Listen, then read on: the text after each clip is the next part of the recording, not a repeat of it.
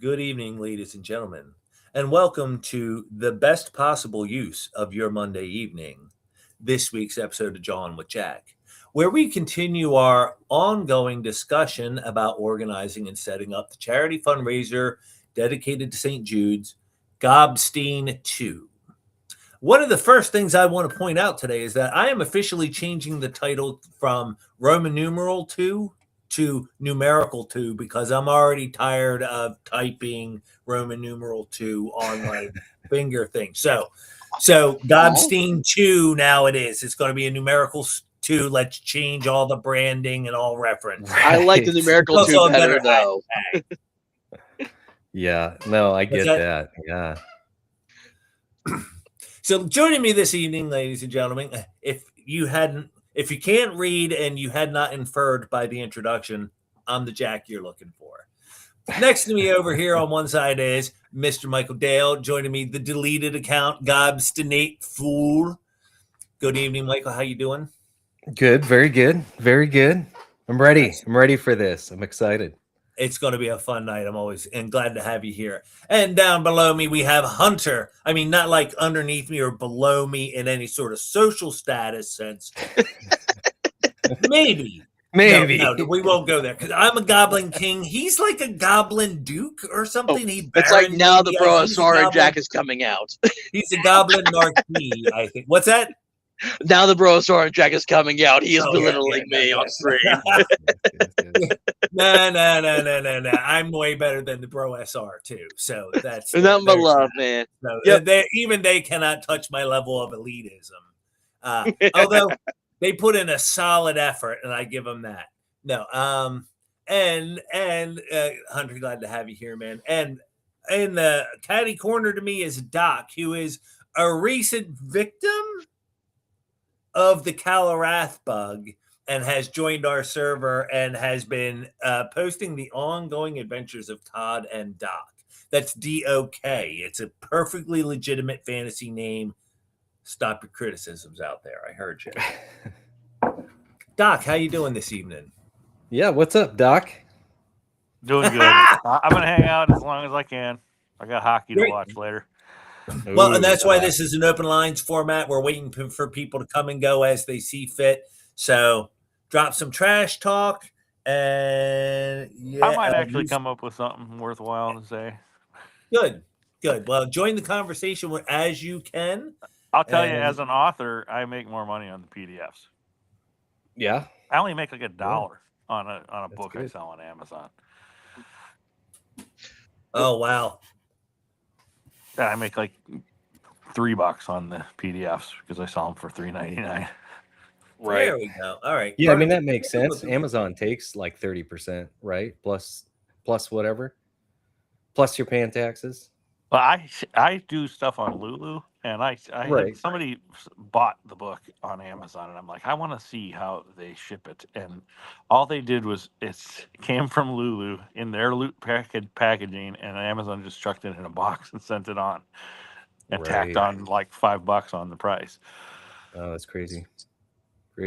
Morning, Scooty. I see you out there. Oh, wait a minute. Yeah, I'm trying to get to the chat. So I'm going to... Scootifer! Good morning in China. I'm not sure how to say that in Chinese. I don't know how to say dui, budui, which is like yes and no. And that's about it. It's an instructional way. Ni hao. Who's driving I'm trying to remember my Wayne's World here. Slow down. I'm still learning. Good. Now, the Pun King has joined us in the very, very bottom because he's always at the very bottom. The Pun King. And he probably has some zingers. He was having some serious technical difficulties last week. Let us pray that the goblins of technology are guiding his path tonight and he can join in on the conversation. But as we were saying, tonight's main focus is to discuss Gobstein 2. But before we get there, we were starting to sink our teeth into. I can't pronounce that. I don't know Chinese characters. I don't know kanji. That says Zhao Shanghao. Yeah.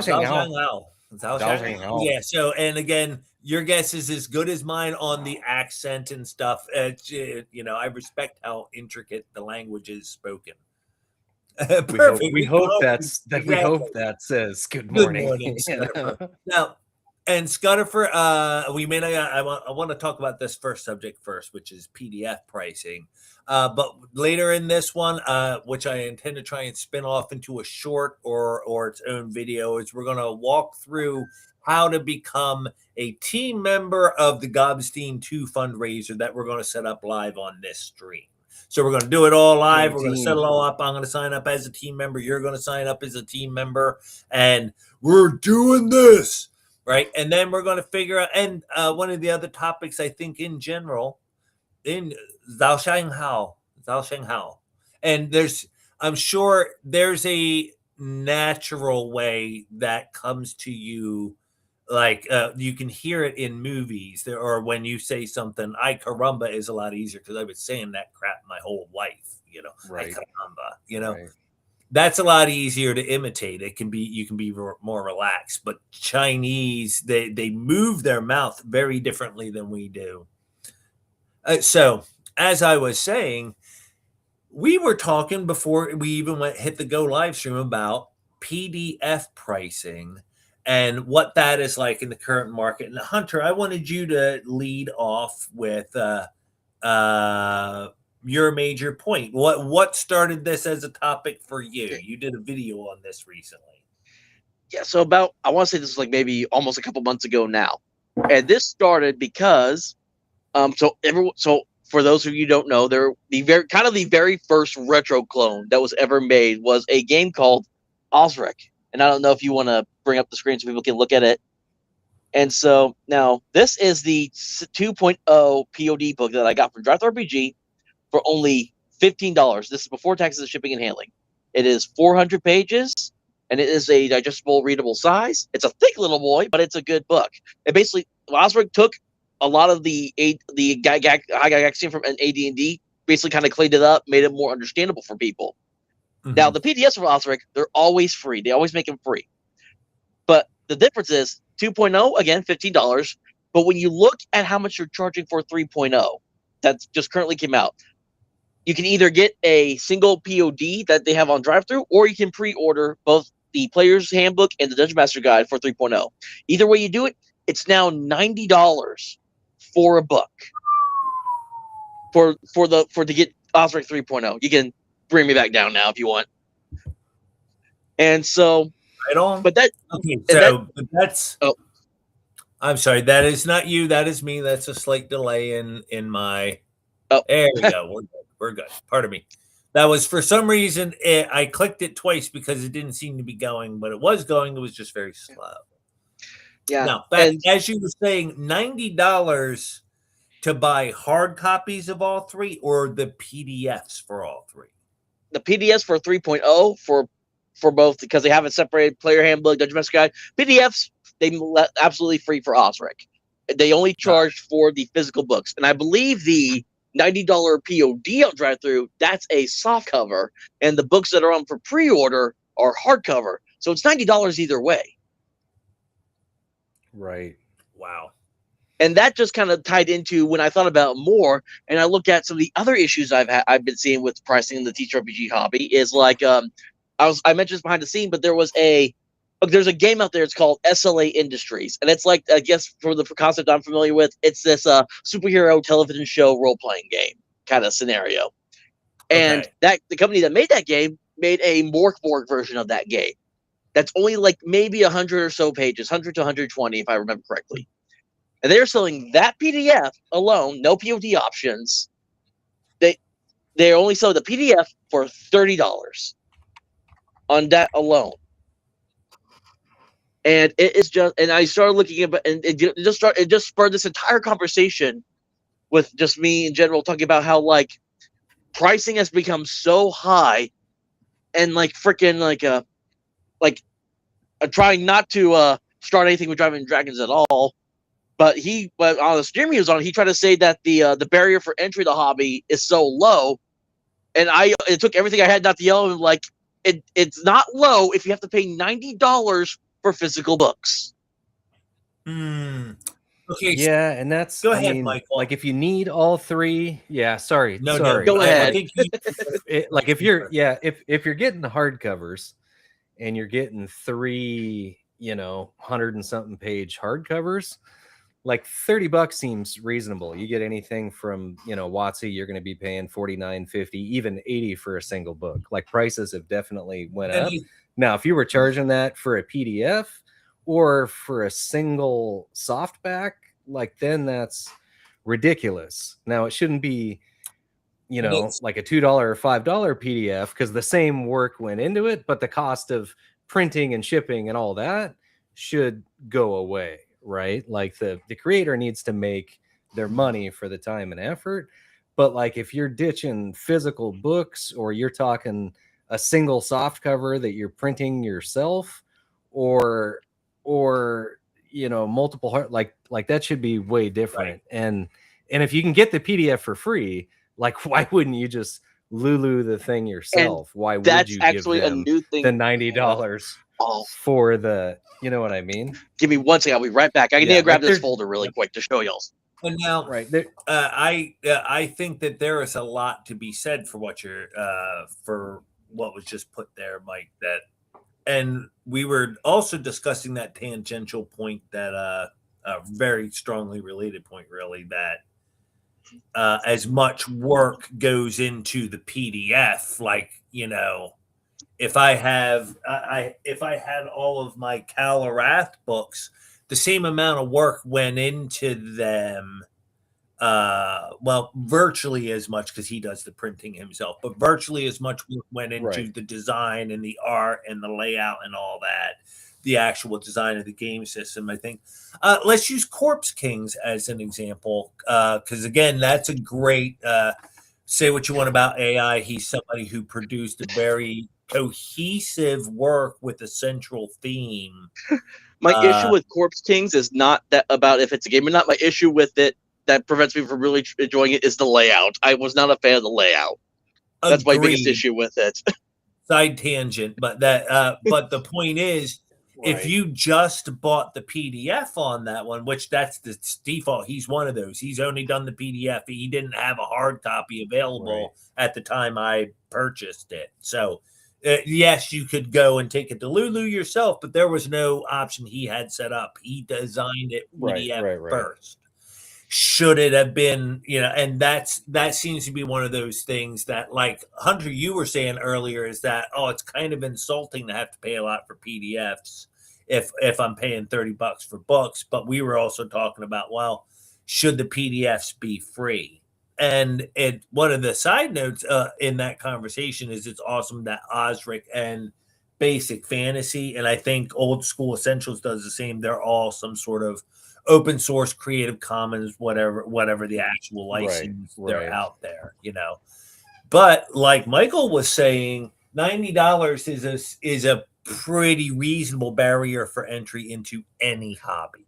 No matter if you wanted to get into video gaming, you're going to spend hundreds of dollars on a console. You're going to spend $90 on one game now. Yeah. Right.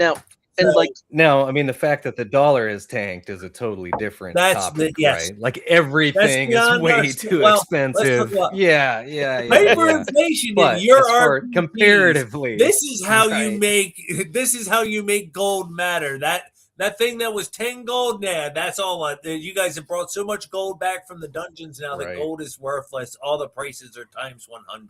So. Right. And I've seen comparisons that people have done because just the complaint in the prices in general for like the mainstream books and everything, like, back when we were kids, they were $12 or $15. Well, when you do the actual conversions for inflation and what money was worth, they're either exactly the same price or even a little bit cheaper now. Oh, and we lost Michael. Yeah, I'm back. It was quick. I was about to say, do you want to know how much? Would you like to know how much Drive RPG is now selling the first edition DMG for? For the hardback PO print on demand. Soft cover $40, hardcover $60. I would not pay that much for that. Yeah, that seems a little high for reprints that old. Right, but right. like 30 Of bucks, 40 various bucks. quality and Right. stuff like that. But But But now, hey, if you're getting basically the same quality as a whatever new 5e book, and it's the same size and arguably way better of a book, right? Then that, like, the prices should be comparable, right. But if So you're getting a PDF, they should again, be half the price. all things are relative. And again, Right. I think Osric is a bad example of it's again the PDF. You said it yourself. The PDFs are free. Having the physical books is a luxury, and you should have to pay for it. And $90 is not that expensive, given the crazy prices of everything nowadays.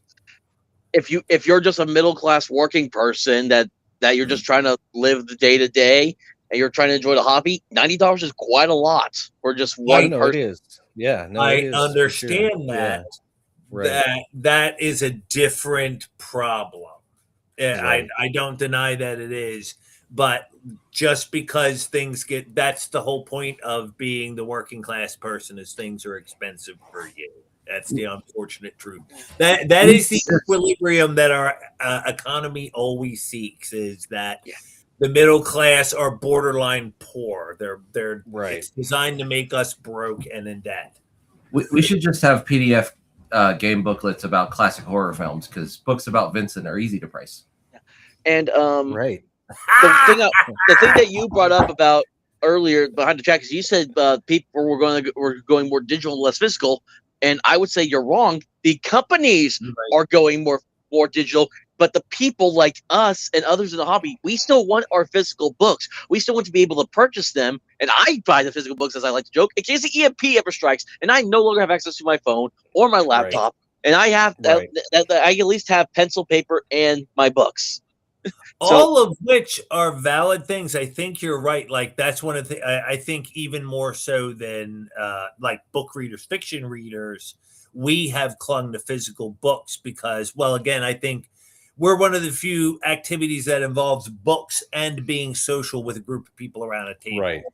PDFs and laptops really detract from that experience. I think we all agree with that. And even so, as much as I've enjoyed playing online and everything, it is also not the same as sitting at a group with a table with people. So yes, I don't refute your point, but I'm saying that it makes sense that companies would foist the production of our own books on us, right, and focus on the production of the game system. That way, that way we don't have to hear anymore about, oh, well, crap, that printing sucked. The binding fell apart within 6 years, and all I did was drop it out of a 10-story building twice, or whatever their version is. And the other thing I would argue in regards to pricing on PDFs and books is, yes, you can have all this pretty expensive art that, again, the companies choose to spend that. They don't have to spend money on this art. That's a choice that they make. You can have all this pretty artwork and have a non-functioning game, which I have backed quite a few games that, hey, it looked nice, it sounded fun, I read through the book, how do I play this?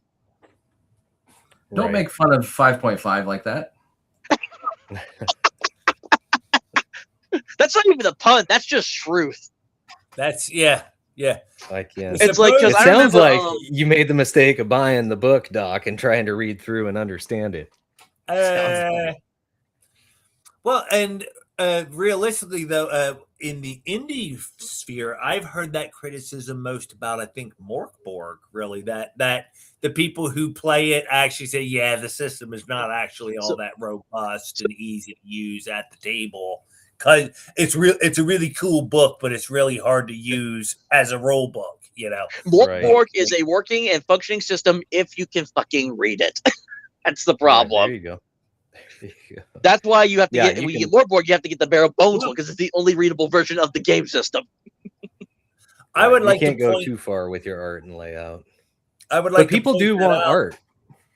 Why not have versions with and without art? And that's another one. I have seen a few people do that. I think specifically Morkborg, I've seen a text-only version to get rid of the weird layout and all that stuff. It's just the text of the rules.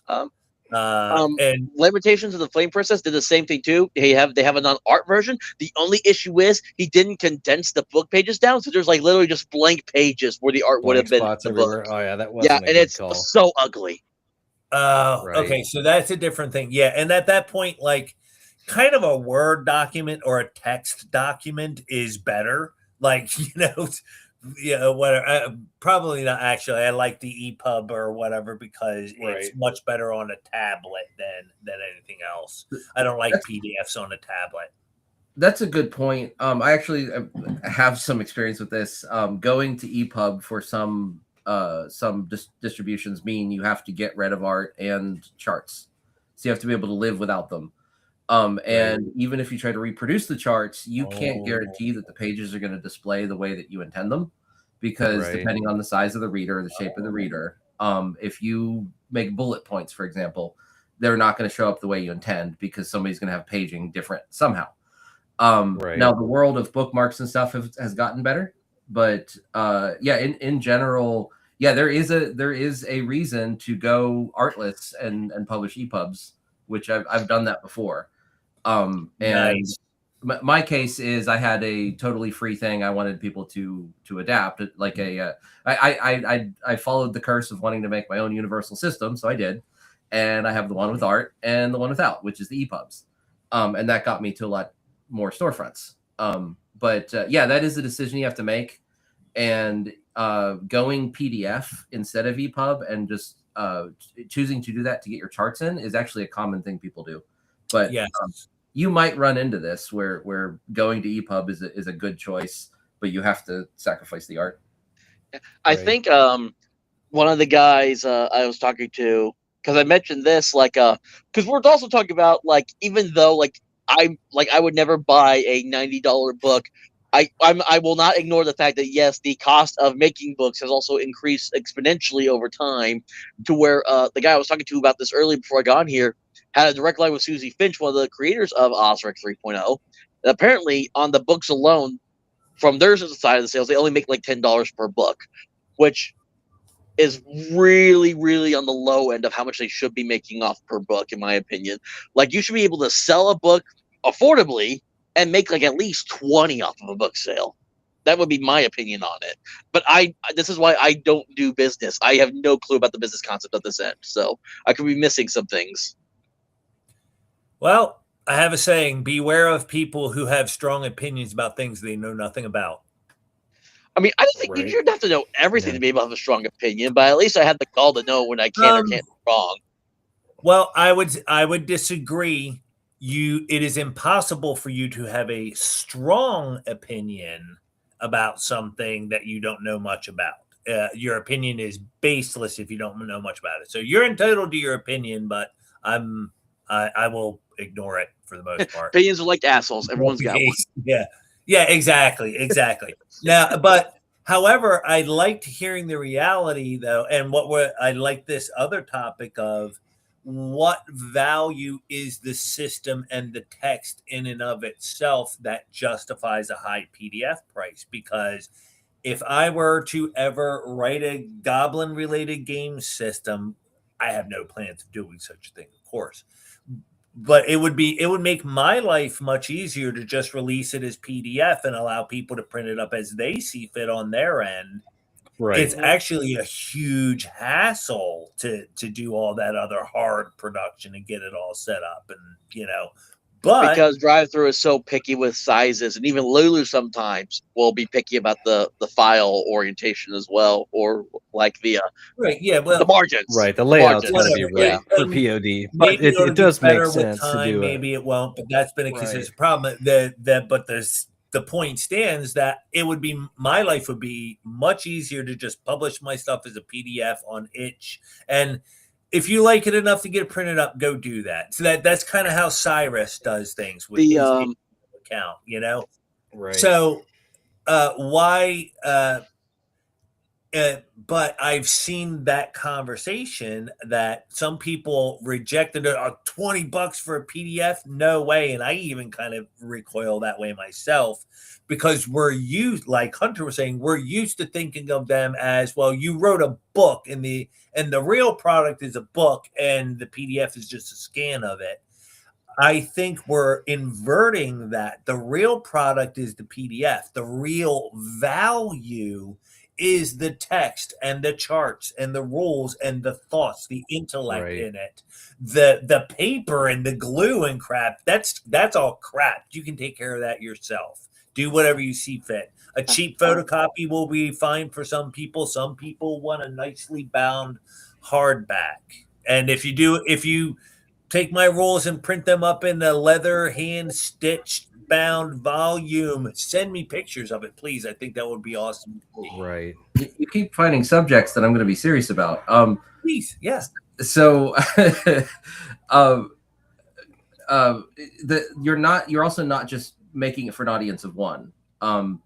People will print it out. They need to print it out. And so I don't want to derail this into another thing, but the question of what's your terms and conditions, what's your copyright say? People are going to print out your stuff and they're going to hand stuff out to their players. They need to. And so you are not just selling your PDF to the DM, you are selling it to the DM and their players, and you need a license for that.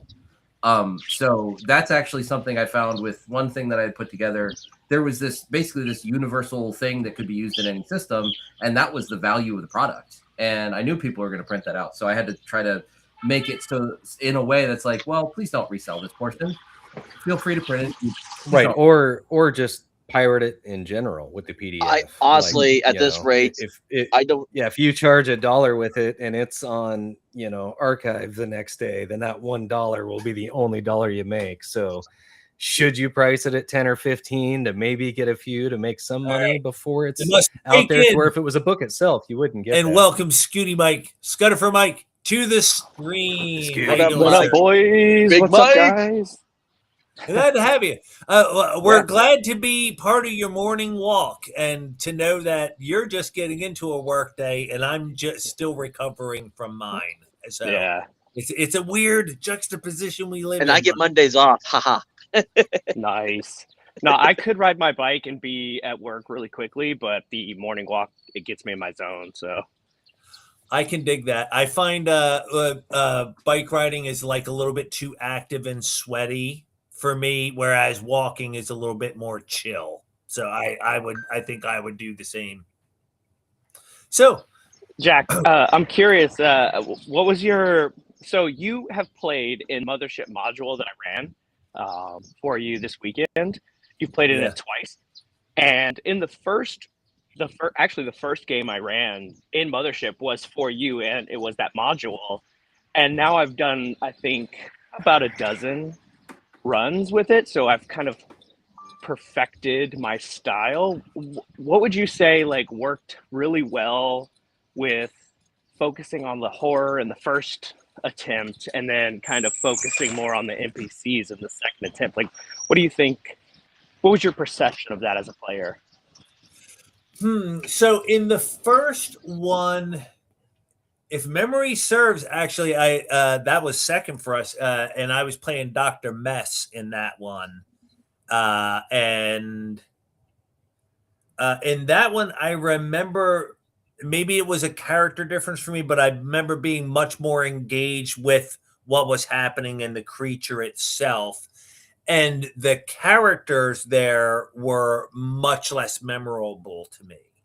This time, was much more memorable as a session overall because the NPCs populating the station had a lot more color and personality themselves because you had built the little relationship map between them.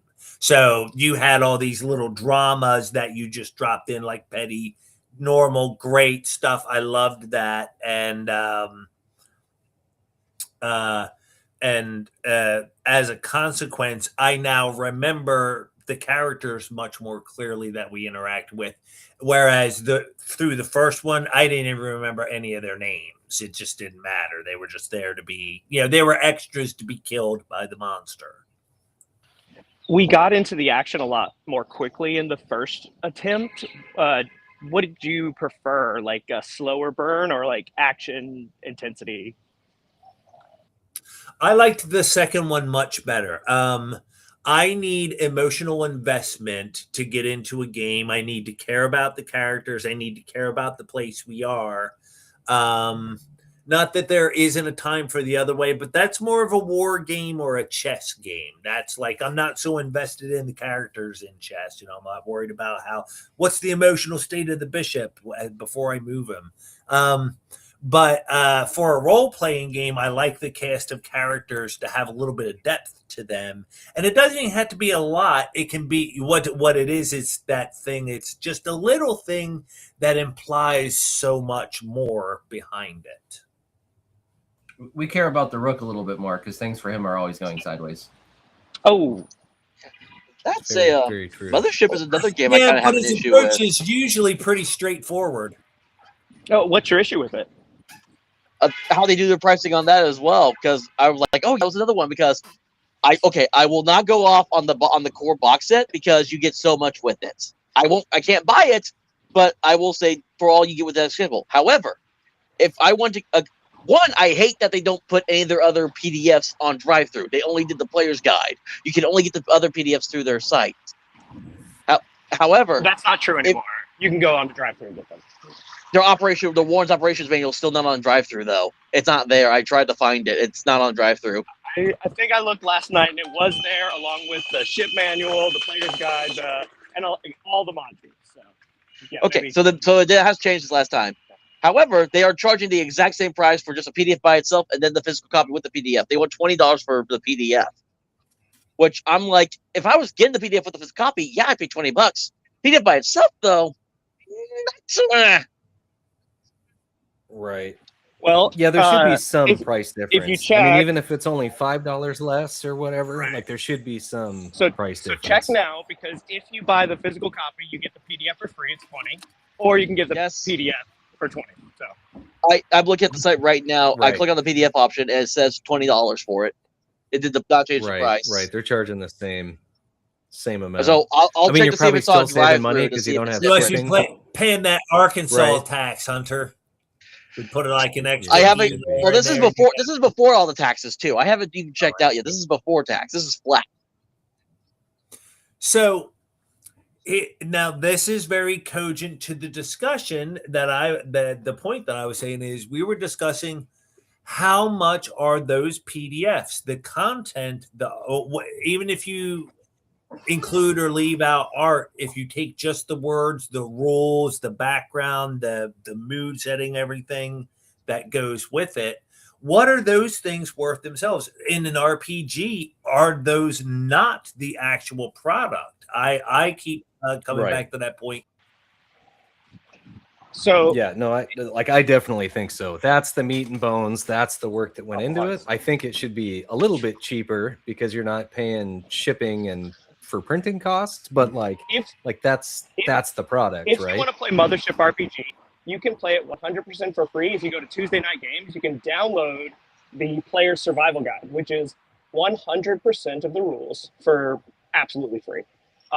And if you want to play a fun game, you go on a drive-thru, you buy $2 or $3 PDF, and you have yourself a module. Right. I've run that Ypsilon 14 times. I've got. I think it's a good deal. Right. Yeah, it's a fun module, and again, I've played it like you said twice. I played it twice with you, and both times I feel like we barely scratched the surface. I could keep playing that module because I still don't know what's really going on there. I know what's going to happen to us if we go, but I can't. Beyond that, I can't be much help really.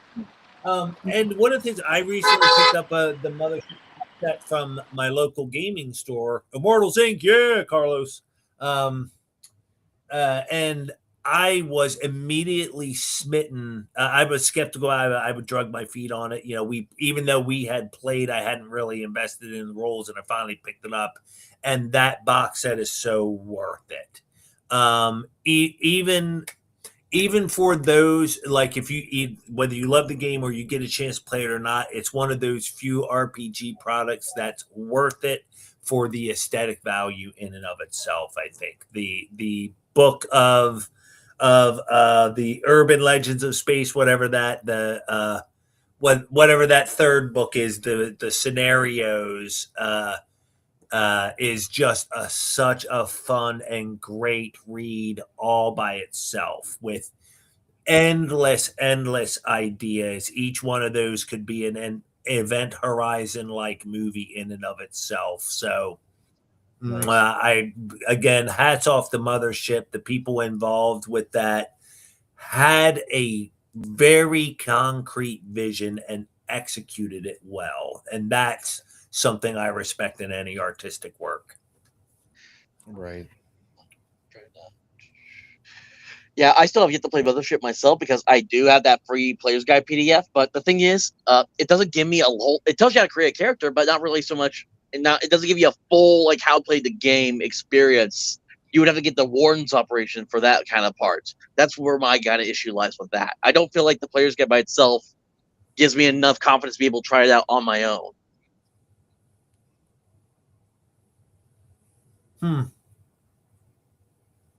And I haven't read any of it, so there are zero no opinion rules on Mothership. I hear it's super fun. Yeah, but the Warden's Guide has zero rules. It's all about how to set up a campaign. So reading that book would not help you. Right. Okay. If you can't glean the style or the themes from the player's guide, yeah, the DM's book's not going to help. The Warden's book isn't going to help you. Right. Right. I just maybe need to try to read through it again. See, maybe I just glanced over it too much or something. Because there's times where it's like I just glance over something like, how do I do this? And it's like, oh, it was right there the whole time. So, well, I've had moments where I've done you that. just costed me $60. What's that?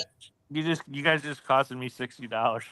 Ah, you had to go out and get it, didn't you? You got the box set, didn't you? Yeah. Didn't you? See, now the good people involved, we do expect a small commission, a super chat, a little, Is there two different box sets? Some gaming stuff. We officially, I'm gonna say, there's a commission here. We did just land you a sale. Yeah, I'm going to say you should have saved your money, subscribed to Scooty Mike, and then you could have been invited into his Mothership game for free. Oh, so see, for you're still invited. You're still invited. Right. And I was about to say, and the thing is, if you can afford the $60 for the rolls, you can certainly afford a month of Scooty Mike. You got $1 for that. Jump into a game, get some Mothership on your system, or get some Shadow Dark on. Okay, this is interesting. So the box that I saw on their site is the deluxe set, and then you have a normal core set, which is a lot cheaper. Still but it is $60. Okay. So yeah, because the thing when I look at the deluxe set, I don't like using maps or minis all that often. I've always been more theater of mind kind of guy, so that would be my big thing. Me too. Oh, yeah, but the one on Exalted Funeral sold out. And Exalted Funeral is horrible at keeping their crap in stock. Mm-hmm.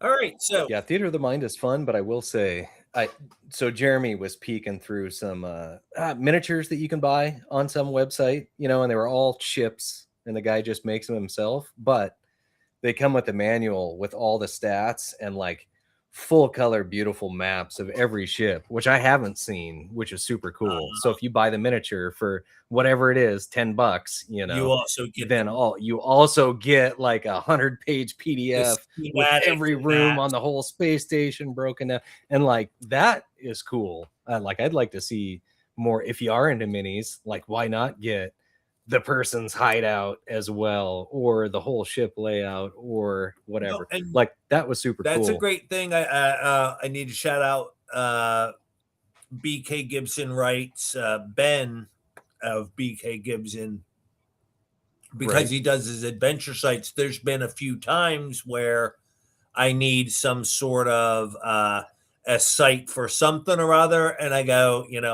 hey, Ben, in your adventure sites, can you think of Do you have anything that would be a good headquarters, like a temple for a high-level evil cleric, anything like that? And he goes, oh, yeah, here's a couple things, and he'll send it to me, and I get to look up. Perfect. I've done that with him a couple of times now. So when I need a map on short notice, I ask Ben, and he gives me one, and there's an adventure site. It's awesome to know the right people, because then I can use him to comb through the vast amount of resources that our community truly produces. Right. I need a bot for that. Speaking of getting stuff, I don't know if you saw, Jack, but Silver Nightingale released a new Visions of Calarath book. No, I missed that. I have not been keeping up with stuff. As a matter of fact, I've temporarily left a bunch of Discord servers just to reduce the noise level in my life temporarily. Right. So I've been I need to narrow my bandwidth. I'm feeling a bit of overwhelm right now. And it's all about It's all about potions and poisons. Is the new is issue 4 of Visions of Calarath. Interesting. Doc has joined. I thought Doc was here.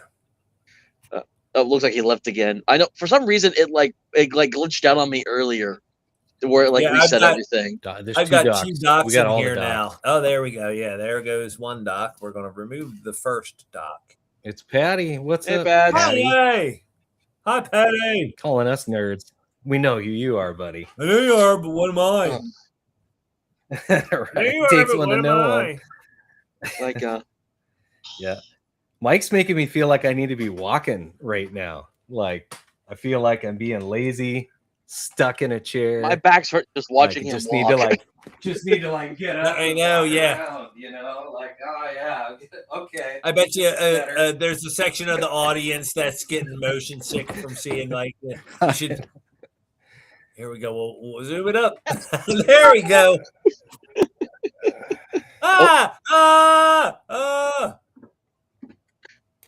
Oh, he's probably got his stuff muted because he's got cars all around him. There we go. I like getting that view. That's a nice walk.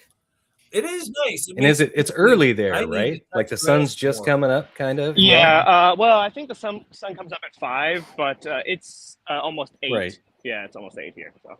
Right. Yeah. So it's still time to be drinking coffee. Right? Yeah, I just finished mine. So. Nice. All right, I'm arriving at school, guys. You want to see a little bit of my my school? Oh, absolutely. Yeah, definitely. This is our kids' playground. We actually have a huge playground. Let's get around the corner here. It's a I was gonna say that's a pirate ship. Yeah, it's a isn't pirate ship. It's kind of sectioned off. We have a knight's castle back here. I don't know if you guys can see that. Oh yeah, kind of. Yeah. And then around the corner are the monkey bars and stuff. It's kind of sectioned off for the age level of the children, but yeah. Right. All right. Because the pirate ship's really dangerous to climb on. It's all like ropes and. Awesome. Just like I played on when I was a kid. Right. I was gonna say, if you can't break your neck, it's not really a toy. Right? Rope burn alone just from falling and dragging my arm along the rope or something. Yeah. Great time. This is easy. It's not a walk in the park.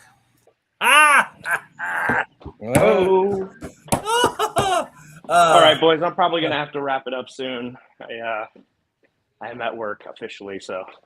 All right. Good seeing you again, Mike. Down underground. Yeah, I'm actually going up, but it looks like underground. Oh, it looks like you're going down. The ceilings look like a submarine for some reason. I don't know why, but. All right, guys. I'll catch you later. Well, hey, tell all your students. Yeah. Tell your students we say hi. Will do. Yep. All right. Later, man.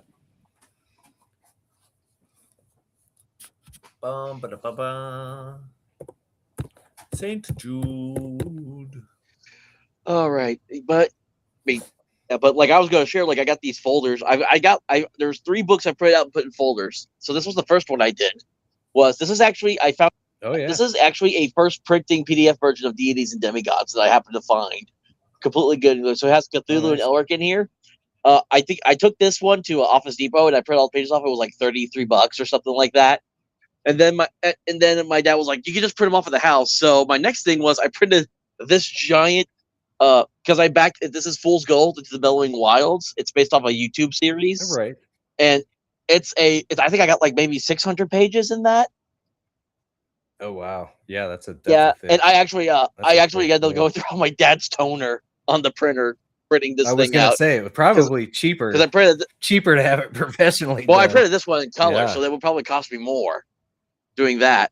Right. Or my dad didn't charge me, and then I just have this little one. It's something I've been doing a solo series on lately. It's the Load RPG, and you can get this on Amazon for like $10, but they also have an omnibus book for like $20. So that's why I printed this. I didn't buy it yet because I want to buy the omnibus book that has extras in it. So, right.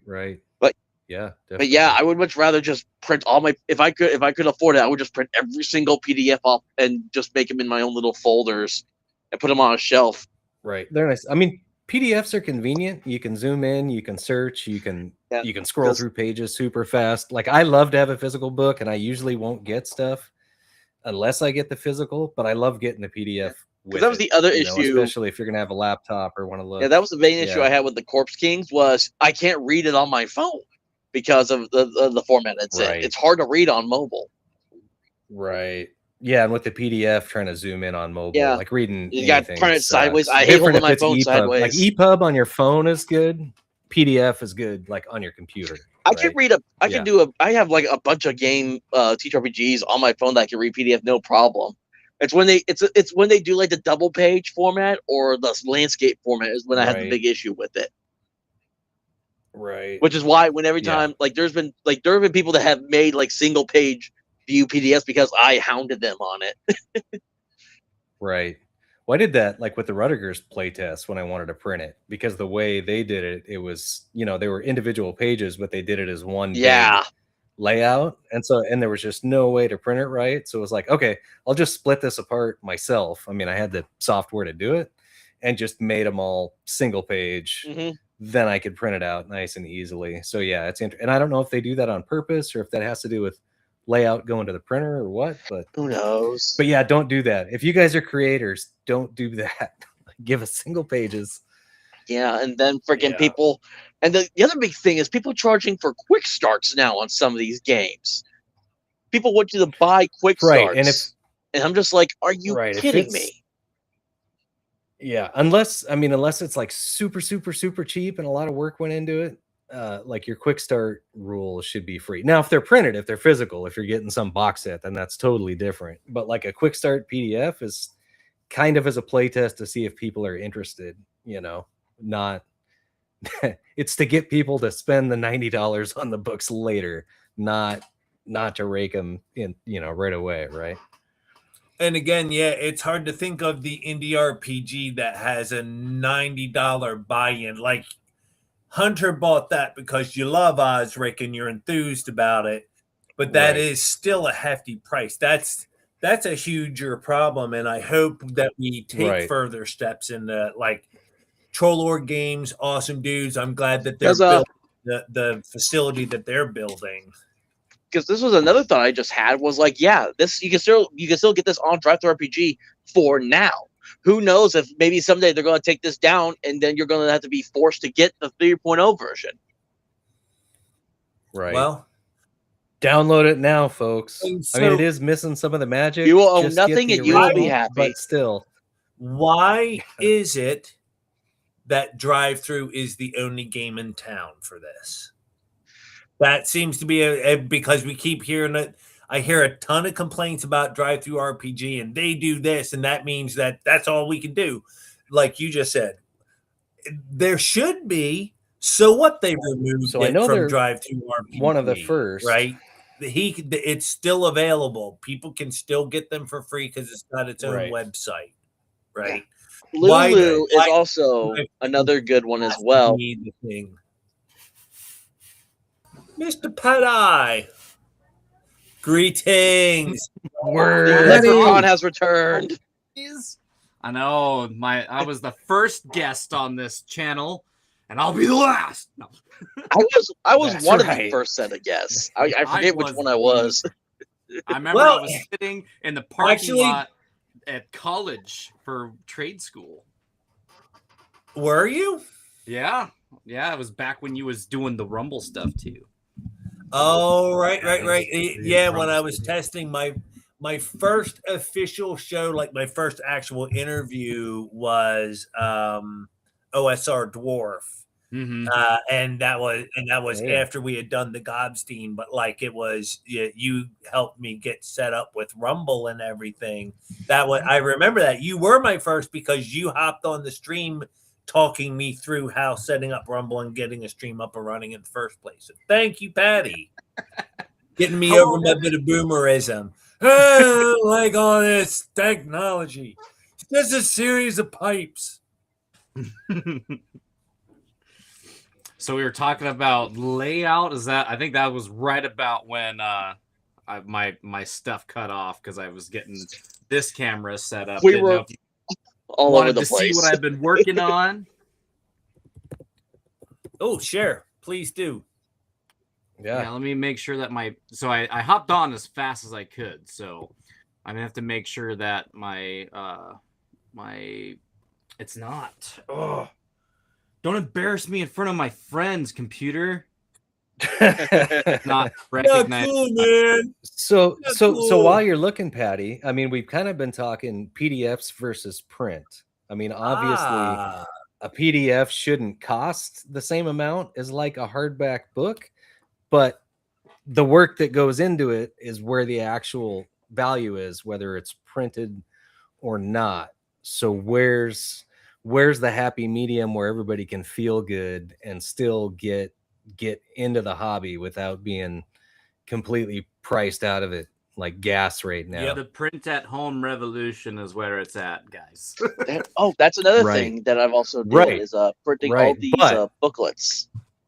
I tried to. But if you're paying $90, whether it's for the PDF or the hardback, you know what I mean? Oh, look at this guy. Very nice.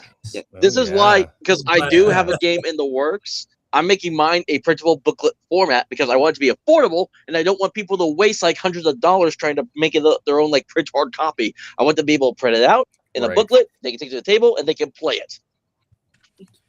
Right. Yeah, I don't know. I do. It depends, right? So if you've got a fully functional PDF where the table of contents are hyperlinked to the page that they need to go to, if you've got like really cool things, like there are really cool things that you could do with PDFs now. I know, for all you dirty Mac users out there, if you use Apple's Pages program, you could even publish a PDF that's got like working video in there. You know what I mean? So you could sell a PDF of mutants that actually is like, oh, the movement phase, and then you have all the stuff that you can read, and then you could also like hyperlink or have a video be a part of the download where it's like watch the instructional video as well. See, then the value becomes more than print, right? Like if it's got features like that are embedded, it's something else. Because there is that much more work and that many more features. But and some of these things, and I'm I guess I've kind of done it myself because, like I said, I do try to make my stuff really easy to be accessed, and just because the rules aren't always incredibly accessible because some of them are meant to be complicated. Because sometimes games need to be complicated. But anyway, I do try to make my stuff just formatted in a way where people can take it on a flash drive to the library, or if you've got a printer at home, you could print those. But I did print off a bunch of copies of these, and if anyone's interested in buying these ones, this was kind of a test print run from the house. So I have, because you did get a new printer, right? You got the Matt Tap printer set up. So that's it, right? Did you get the paper slicer? Right there. I'm hoping to sell some books so I could buy the paper slicer. Okay, yeah. Because I think that's pretty key to the whole process for making them really professional. You get the good printer and you get the real clampy paper slicer. I don't know if you can really see it, but yeah, the pages aren't quite trimmed, which I do think is a quality assurance thing. But again, I have to. Patty's Parlor has to operate as close to at cost as possible, and I still got to pay these chuds that pirated my channel. I got to figure out something. That's right. Pay them. something before they start losing their houses. Come on, I Patty. know, man. These pirates are on my channel, and they're like, "Yeah, where's me booty?" And I'm like, "I haven't had it." So wait a minute. I know Jack hasn't gotten his bill pirates yet on your channel. Yeah, the bathroom or the bathrobe bandit and his buddy have been taking over my channel. I have nothing to do with it. Oh, right. That's good. That's It's a good pirate disclaimer. radio That's a good station. disclaimer. Yes. I have nothing to do with any of this. I'm aware of your Nothing pain, to do. and I know that it is absolutely this guy's fault. Right. Yeah, it absolves me. I cannot, for whatever reason, get my my iPad to connect to show off the cool art that I've been working on, which kind of sucks because I literally cannot stand up to like try to figure out what the heck's going on with the cords and stuff because I think I mentioned in chat I am not wearing pants. I got home. Yeah, not wearing pants. Yeah, pants are off, overrated. So I'm not standing up. I'm not wearing pants either. Here. Right. Unless somebody tips, no, I do. I have sweats. Somebody better, what is it? YouTube super chat. Someone better super chat Jack $100 right now, and I'll stand up. And I'm not even wearing boxer briefs. Like you have to rumble rant because super chats aren't available on YouTube for him currently. Oh, really? You don't have a super chat option. I'm looking at right here. Yeah, I do not. Somebody would have to rumble rant me. I am not monetized. What is it? Isn't it after? Is it just watch hours that are holding you back? What's that? You have plenty of subs. Is it just watch hours that are holding you back? No. Because you need like 100 subs and so many watch no, hours. you need like 500 subs, the... I think, to get monetized on YouTube. Mm. So I still need that. I have like 175 last I checked, so I still got a little ways to go. And that's part of what I'm, I haven't learned how to properly promote the channel and and do things that people are interested in watching, that kind of stuff. So, hey, if you're watching on Rumble or Twitch or X, get over to YouTube right now and hit that subscribe button. It's totally free. It's totally free. Right. Stuff like that. Be sure to like, share, subscribe. All right, all the things. There is also another point going back to this the TTRPG pricing being too high thing. There is another thing that is also will start probably affecting. That's also kind of affecting as well, and that's Patty's going to hate me for this. It's the rise of AI usage in the creation of the books, especially with how much better it is starting to get. People will save their pocketbook to use AI art to put in their books. And will be able to sell their stuff at a more affordable pricing, to where, there's those handful that will stick to their guns and they'll not buy it, but there's still a good crowd out there that will still buy it regardless if it's AI or not. Or doesn't even know. I mean, I think we're super involved in the conversation, so we're hyper aware of it, right? Wherever we stand with it, but like a majority of the kids surfing drive-through RPG, like they got no clue. They don't know or care if it's something that catches their eye. Here's another thing. I think you're going to see a noticeable dip in quality, and there are going to be a lot more people who are going to be like, well, I mean, if I'm just going to spend, what is that one that Jeremy and I found a long time ago? It was like Gaming Frontiers or some shit. Where there's something he bought, whatever the company was, and he actually bought some that the dude just pumps out under different company names, just hundreds of these AI. Now that's a problem, though. If they're just pumping it out like that, they're letting AI do everything, including like writing the game. That's a problem. That is where I draw the line on AI. Right. Like AI art, fine. AR written is a problem. Super oversaturated. Yeah, I've read some of these AI art ones, and it's funny because like.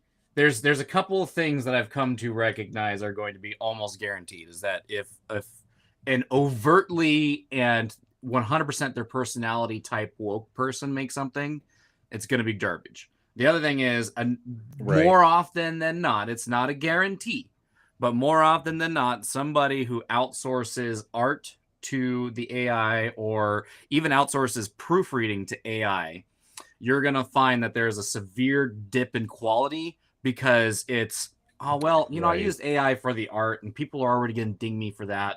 So I'm going to run my stuff through Grammarly, and then Grammarly is going to take out all of my personal voice, or it's not going to understand the rules that I'm trying to write. I mean, I was just reading a guy's, to try to keep it on somewhat of the same topic, but I was reading a local politician guy that's running for Senate here in Idaho. And he had the GoDaddy AI do his website, and you could tell that some of his platform policies were written with AI, not just because the M dashes, but because there's a point in a couple of his answers where the AI references him, Nick, the person. And if you can't proofread your own work, right, because you're too close to it, you know what you were trying to say. There's no way that I would trust somebody who's saying like, oh well, it's my game idea. I just put the ideas into Grok and let it spit out the complete version of the rules back to me. I think you're exceedingly far too close to that project at that point to notice a lot of the AI isms. You know, like how many books we've seen published with like the prompts and prompt editing in there. There's a book, and I keep going back and forth as to whether or not I want to put out a review of a particular product. But looking at it, it's got a lot of what I would call AI Sanskrit. You know what I mean? It's a rather large book that could have been 20 or 30 pages. It doesn't have to be, 300 and some odd pages if there wasn't so much of the AI art and so on and so forth. Like it just doesn't make sense. Right. So, I mean, eventually I'll come to terms with it. I'm kind of waiting to see where the project goes before, out of like a professional courtesy type thing. But I do think, Michael, you were saying we know because we're really in it. But I think people are, for the same reason that people just don't go to the movies anymore, is like eventually you go and you're like, they just don't make movies like they used to anymore. And then they're going to say that about RPG books. And I'll tell you what, I'm not one of those guys that worries about AI taking my job. I don't. But I will say it's like what you are going to do is the people who push that slop and, for all the talk of gatekeeping, we got to gatekeep our hobbies. Letting a bunch of AI slop, even if it's like middling grade content, you're going to build a culture of people who no longer want to buy RPGs because, guys like me, it's like, I've got $5 this month to buy an adventure and I bought AI slop, and it's like, oh, well, okay. I guess I'm not buying stuff from TTRPG anymore because I might get got again. Well, what are the downstream effects of that? We're going to be driven out of the hobby at large in the sense that we're no longer going to go to drive-through because it's nothing but AI slop up there. But we'll still, those communities will persist. I think that it'll be like, individual stores, itch.io, things like that where I still can buy Castle Grief stuff because I have enough faith in that product and that guy and the things he produces, right? I know he's not going to do that on me. I can buy stuff from the Red Room for the same reason, right? Don't have that same faith with, the flagship operation. So that's the thing. And we're also seeing that it floods the market, that it's hard to stand out amongst the dreck, which is true. But the thing is, it really does make the really good stuff stand out to see all this. I love the AI art and I love the stupid little pictures I do every day or whatever, random goblin or whatnot. But it's tons of fun. I love it, but it makes me appreciate not just the human art that I see, but actually the physical act of drawing itself. I was looking at a thumbnail that Michael made today, and I'll tell you, there's two of them actually. There's one he made me look like a ginger dwarf with a beard and a Viking hat, and this is for our upcoming Richard Witter's interview, which Rudiger's. I'm really hoping that I can't make. I don't think there's any reason why I can't, but I really like. I think it's hilarious. I think it's fun. And then there was the other one that you did for Sharky, that the Sharky, used the white Shark Summer shirt, and I thought that they look really good, and they serve an excellent purpose. Preview them here. And the algorithms like pushing stuff like that, which is crazy. There a lot of people are fighting inauthentic content for making authentic content, but you get a thumbnail, that AI generates. And I put more work into them than just that. I'm using them, usually with the tool. Not always. Again, it's like refined enough. It's not like you can type anything into a prompt and get a piece like that. No, I defy anyone to try and do a garbage pail kid like you've learned how to do. Go to any prompt, whatever your thing is, and give me one of your garbage pail kids. It can't be done. Right. AI those are older is and it's its gotten own better, medium. yeah. AI is its own medium. It's just brand new. So that's my controversial thing. The other side of it is my other controversial side is it is pointed out to me how many real life artists are actually just slop merchants themselves. Right. And I love the fact that AI is calling out the slop merchants. Because there are you don't like some artists out and there that are dwarves? total no effort motherfuckers. What was that? I had something important. Patty? I lost it. Yeah, look at this. I mean, this is low effort, man. Dwarves being horn dogs for goth elf babe. I know he's got my underwear on. That's got to be plagiarism of some sort. Directly. Yeah. Well, yeah, but then you're doing it for a friend. It's like low effort for charity, slop for charity, like we're going to do with Gobstein. Right. Just don't make fun of stick figures because that's where I draw the line. In the sand or like on chalk? Oh, speaking of sticks, so this was so Velma said something about books with no art but having blank spaces. I'll just draw my own art in there. Yes, she did say that. Right? And I know some creators have done like character sheets where they have like the Xerox blue of the outline so you can draw in your own, which I think is an amazing idea. But I was talking with another creator that's struggling with art, just getting good paid art or finding somebody to do it without using AI and thinking about releasing different versions. And it's like, dude, what about like the sticker book version? What if you leave the spot for the profile and then you open source to where all these great artists can make their fourth wall sticker sets for that book? Oh, that is if you want brilliant. the genie that looks like this, if you want the basic expert art, you can buy this, and he makes the money on that. And if you want the Patty's Parlor art for your space zombie, and so now you have a high quality like text product, but you also have something open source that artists can get in and make money on, and the original person can sell their own.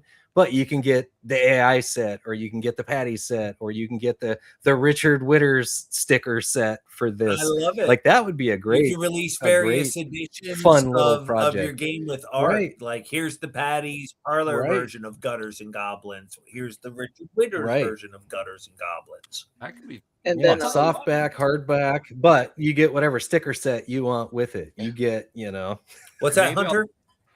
I was also going to say this also still ties back to what I brought up earlier, was the idea of that.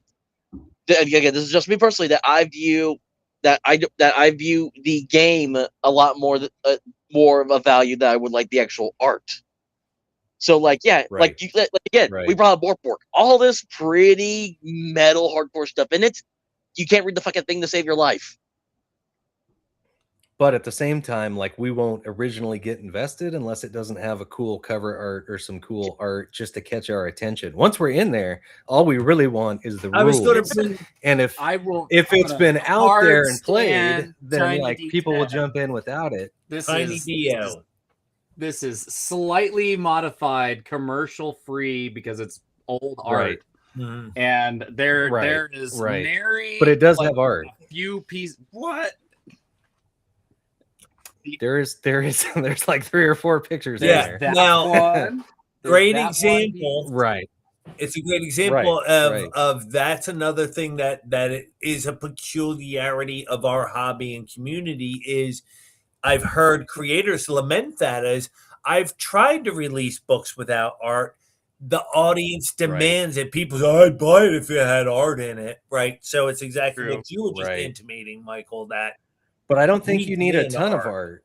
I think you need a good cover and you need a few pieces that fit whatever the feel is you're trying to get across. You don't need a piece of art on every page or for every monster or you need just enough. I can't, but it's also gotta be there for that gotta be initial there, sale, right? I think again, I want to reference Castle Grief, Calarath as a great living example of that, of just enough art in the right style to set the atmosphere and mood and tone, but it doesn't get in the way of playing the game or anything like that. And I love this statement from Velma: art should be for the monster manuals.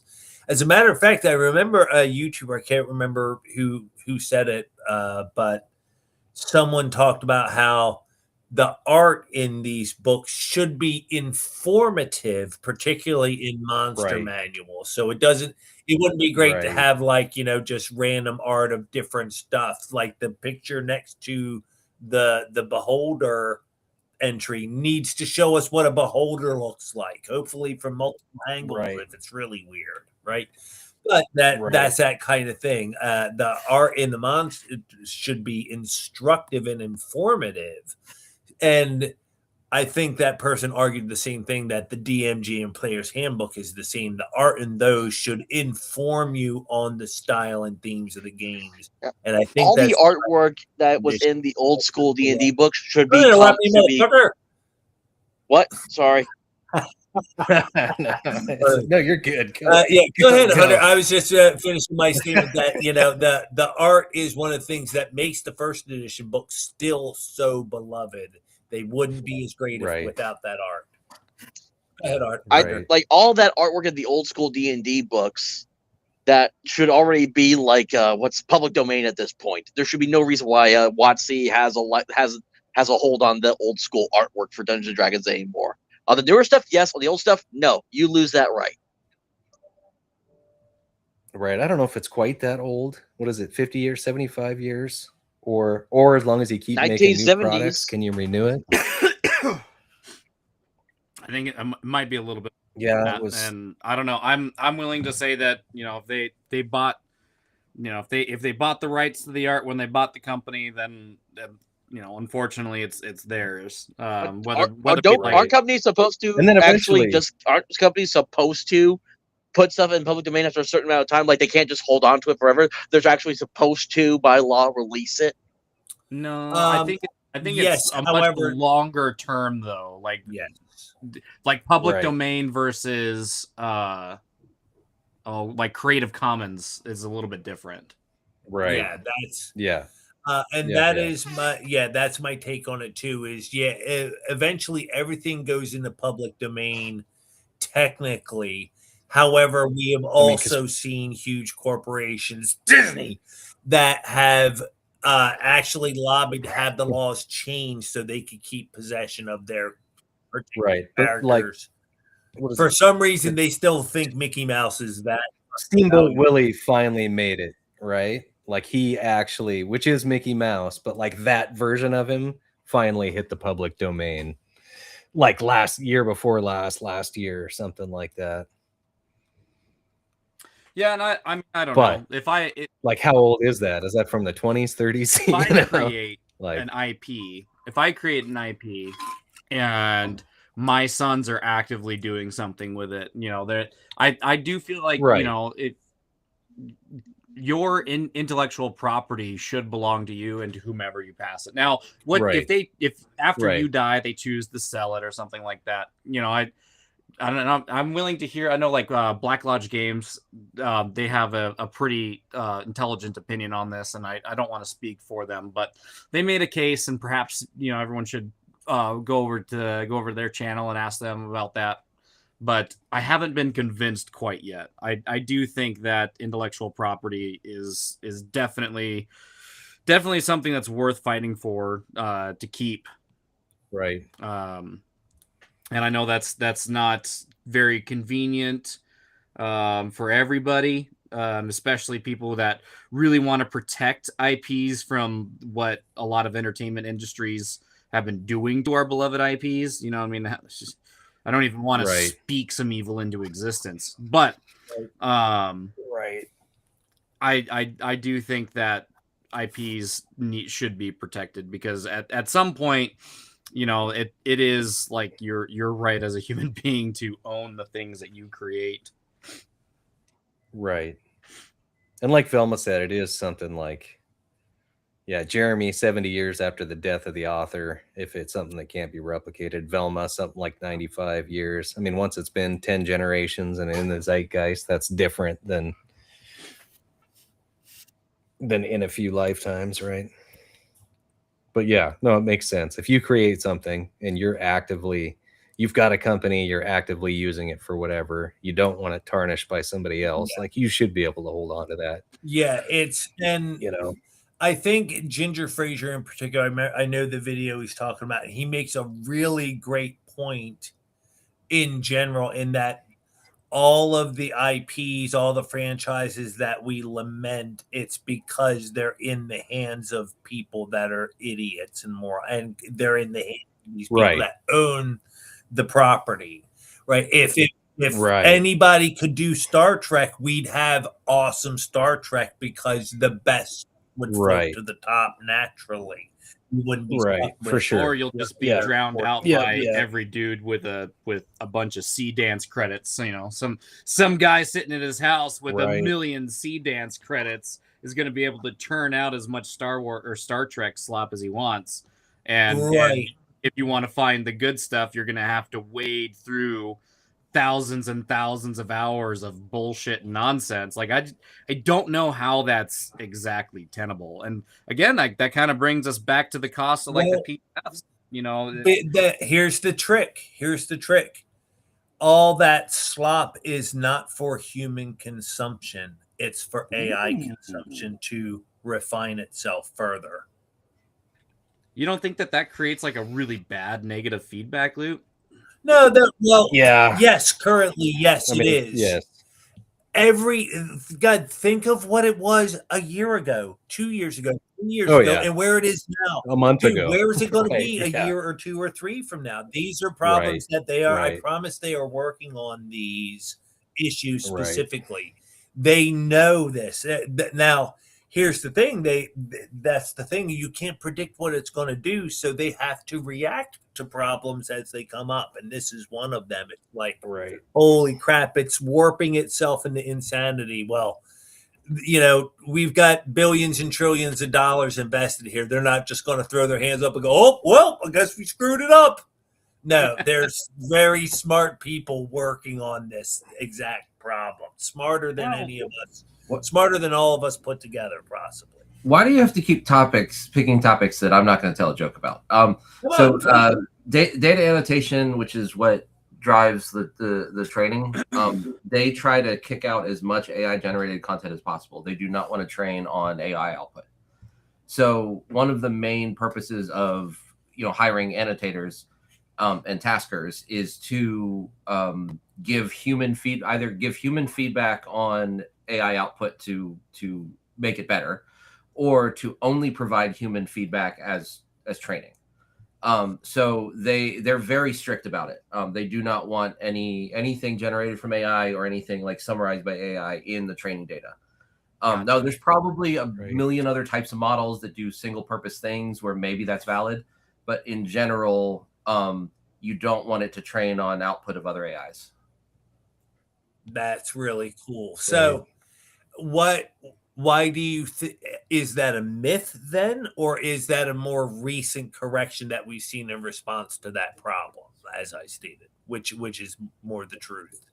So I guess I didn't understand what I was saying was that I think all of the AI slop is actually to be fed back into the AI to teach it how to improve itself and say, so all of this is slop. Do something better than this. So there is one case where we know about that's valid, which is us reporting AI is being used as training data to identify AI. So make an AI better at policing slop. So we knew that we found out that YouTube, and I don't know how many other people were doing this.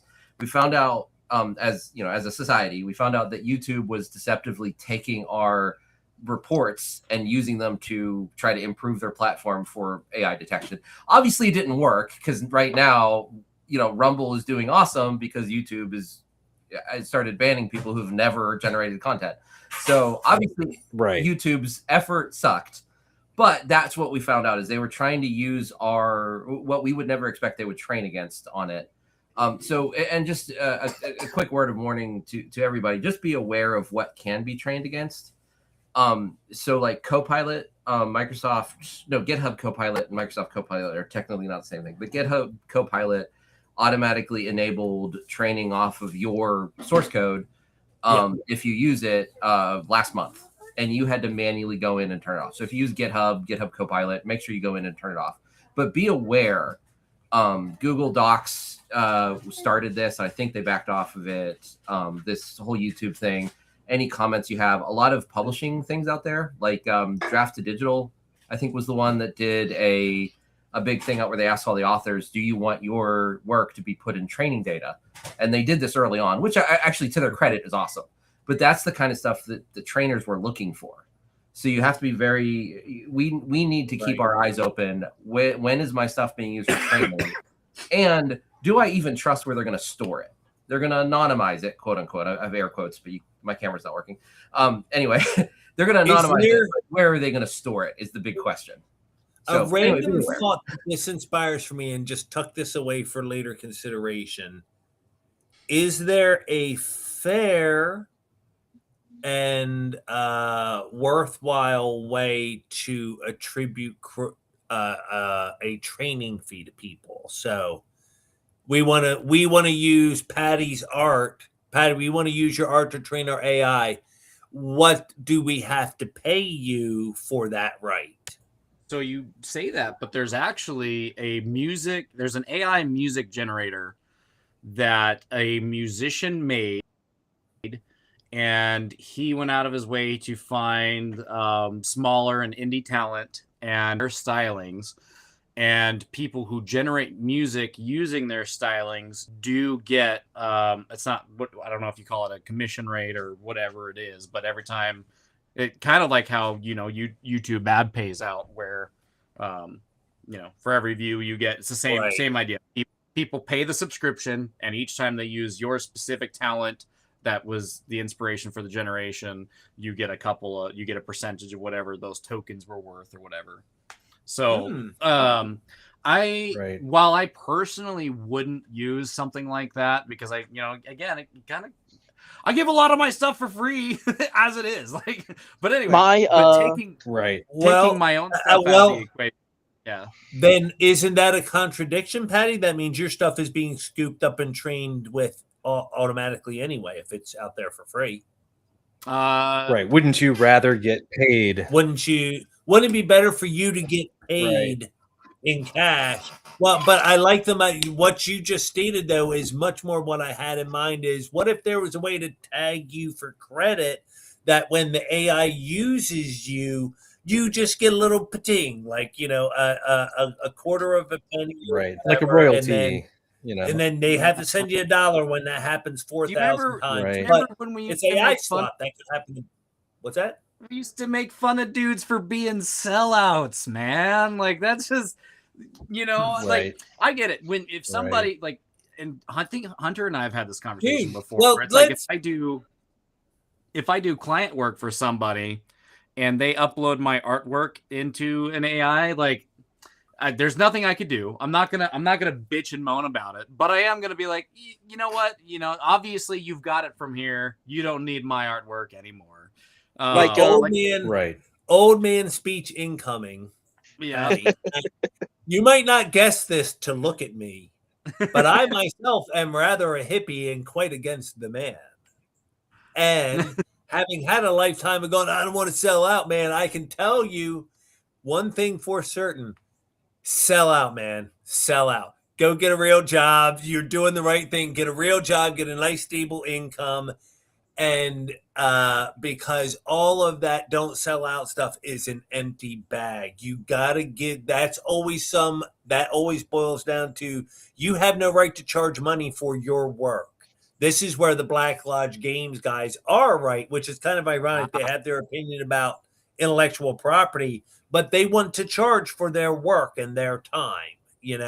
So what if so it's kind of weird that are they then okay by their own stance? Can I turn around and sell the shucked oyster for cheaper because it's I changed it. It's all different artwork and but they don't own the text, the copyright because that's intellectual property. Or well, they don't own any of it. I guess it's all intellectual property. So if they don't own it, if I can provide a cheaper outlet, can I turn around and sell reproductions of their book? And by his own reasoning in that, he can't say anything about that. Right. And to Matt and Nick's credit, they were one of the ones that told me that I do not charge enough for my art, and I really need to. Because it's like a race to the bottom market these days. So I love those guys. They were one of my first big clients, and I'm forever grateful for that. I mean, especially for such a project. But again, it's like, would I choose to do it? No.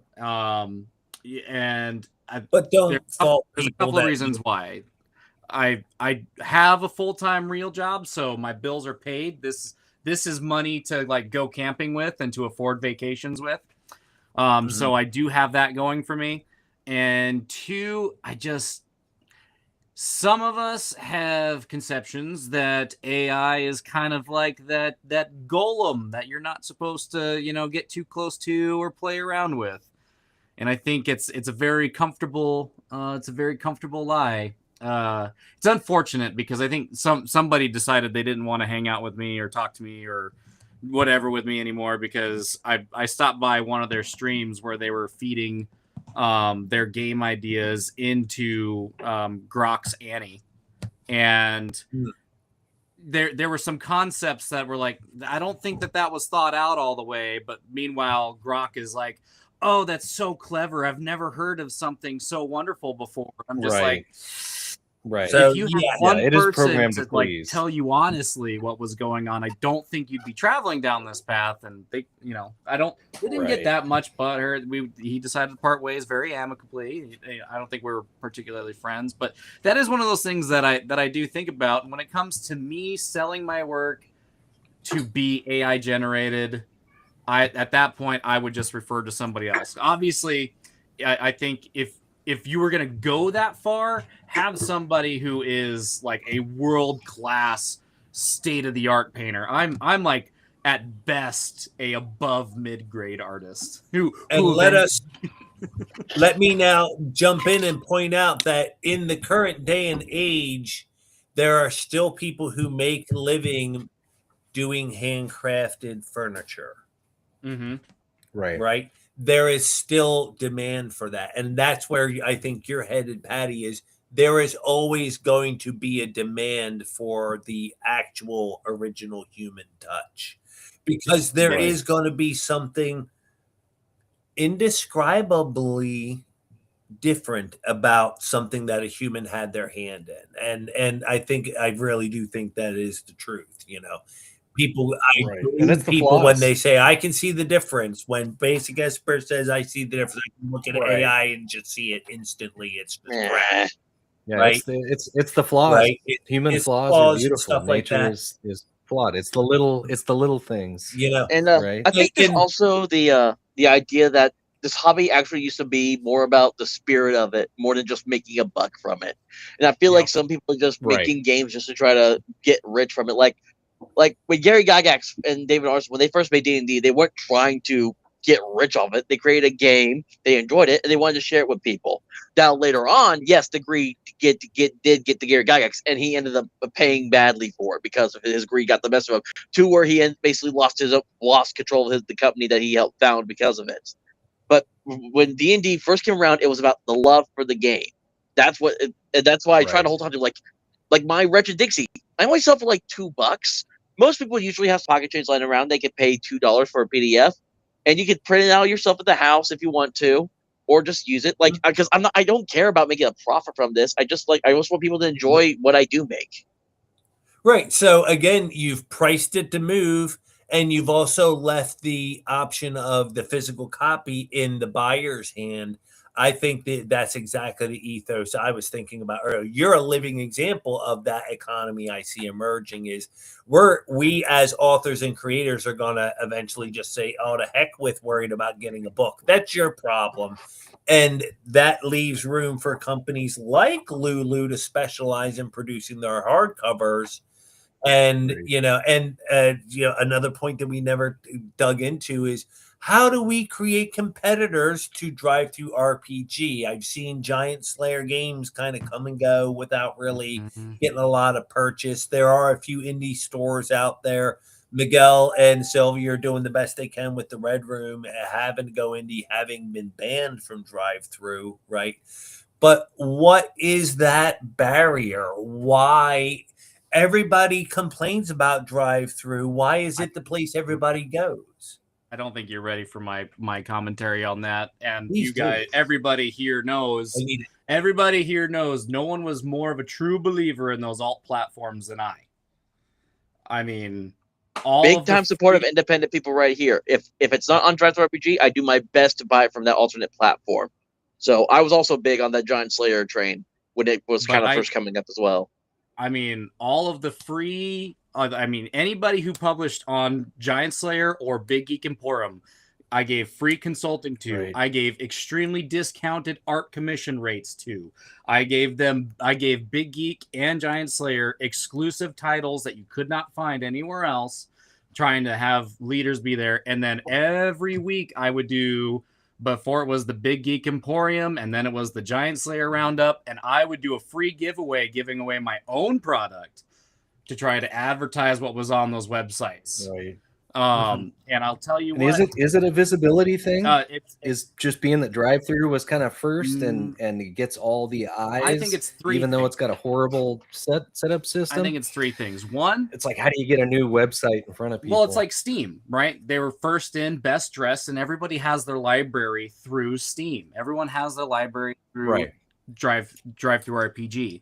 So you're asking somebody to create a whole nother login, to create a whole nother passcode for stuff. And then meanwhile, they hold on, my phone is not charging. And may I interrupt for that thought for a second, Patty? Yes, however, counterpoint, everybody who uses Steam loves it. It's legitimately a good app and good library. I hear almost universally complaints about TTRPG, and I have them myself. Visually, it's shit. It's one of the shittiest websites. It's this late 90s style layout. Like stuck back, in early 2000, doesn't work. You can't log in half the time. Not all that good. It takes forever. It's blah blah blah. The interface, yada yada. Right. So here's the funny part: is for all the issues that people have with Drive Through RPG, I don't have those issues. I find Drive Through RPG to be a perfectly sustainable platform. The current version, because I know that you can either switch back between the newer version or the old version, which the newer layout of Drive Through RPG is a lot better. It's a lot more pleasing to the eye. Everything's organized. Other than the visual thing that I mentioned, my experience with Drive Through has been utterly painful. So personally, I got to echo your experience. I agree. It's been absolutely painless. So I think that might be the harsh truth, is that but when it comes to PDFing and stuff, it's a very painless thing to go. And these other places, much less so, just because it's another place that you got to share your credit card number with, if nothing else, right? Well, the scam issue is a big one. It's not just that though, fellas. Like, having talked to the guys that did, and I'm not speaking for them, but I've talked to a bunch of guys who really wanted to get an alternative platform off the ground, and a lot of it is cult personality. The fact of the matter is there are it's impossible. It's pulling teeth. Just getting people to rumble. Just like what Ultra says about Drive Through RPG. Yeah, I have the same thing with Rumble. Like, I don't get what people's problems with the are. But so that's number one, was the libraries and getting people to swap over. Number two is getting publishers, getting authors, because when you give up Drive Through RPG, you give up a great big part of that market share. And I don't blame a lot of my actual friends who are quite successful at this game. I would never want them to fail because they wanted my pie in the sky, like, go to my free speech platform, guys. But then, Right. I will say that there are certain people who will have said that they supported these alternative platforms, and then when it came to publishing their own goods, they were too good to publish on the alternative platforms, and that ruins confidence. And then there's like the cult of personality where it's like, well, don't hang out, don't talk to Lucky Charms that are bad business. There were. I need to hear that again. I'm sorry to belabor that, Patty, but tell me that again. There were creators that got to a point where they said, nah, I'm too big to just be on Giant Slayer. Was it an exclusivity thing? Like, nah, dude, I can't just release on Giant Slayer. Nobody's going to buy my stuff there. I got to release. I'll put my stuff on Giant Slayer too, just won't put it. I have to have it on drive-through as well. Was it that sort of thing, or was there people that said, I don't want to be associated with you, scrub? Things like that. No, it was very specifically, I'm gonna sing these guys' praises. I'll even play their ads on my channel. But then when I want to release my own thing, it's, sorry guys, I gotta release this on drive-through and not Big Geek Emporium, but you guys understand, right? That's what it came down to. And then when that wasn't enough, sorry, I'm just closing some apps here because I think I disconnected at some point. We're but anyway, supposed to be doing some Gobstein related stuff on today's stream.